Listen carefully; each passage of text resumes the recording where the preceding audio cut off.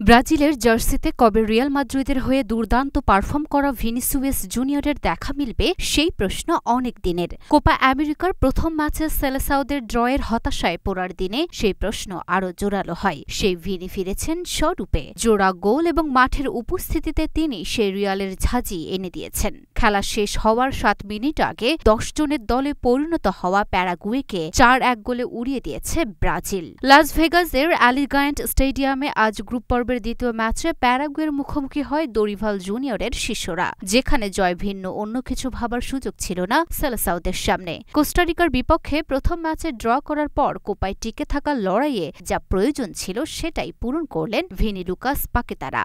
ভিনির জোড়া অবদান ছাড়াও প্রথম একাদশের সুযোগ পেয়েই গোল করেছেন 20 বছর বয়সী সাভিও মোরেইরা। পেনাল্টিতে আরেক গোল আসে লুকাস পাকেতার পা থেকে।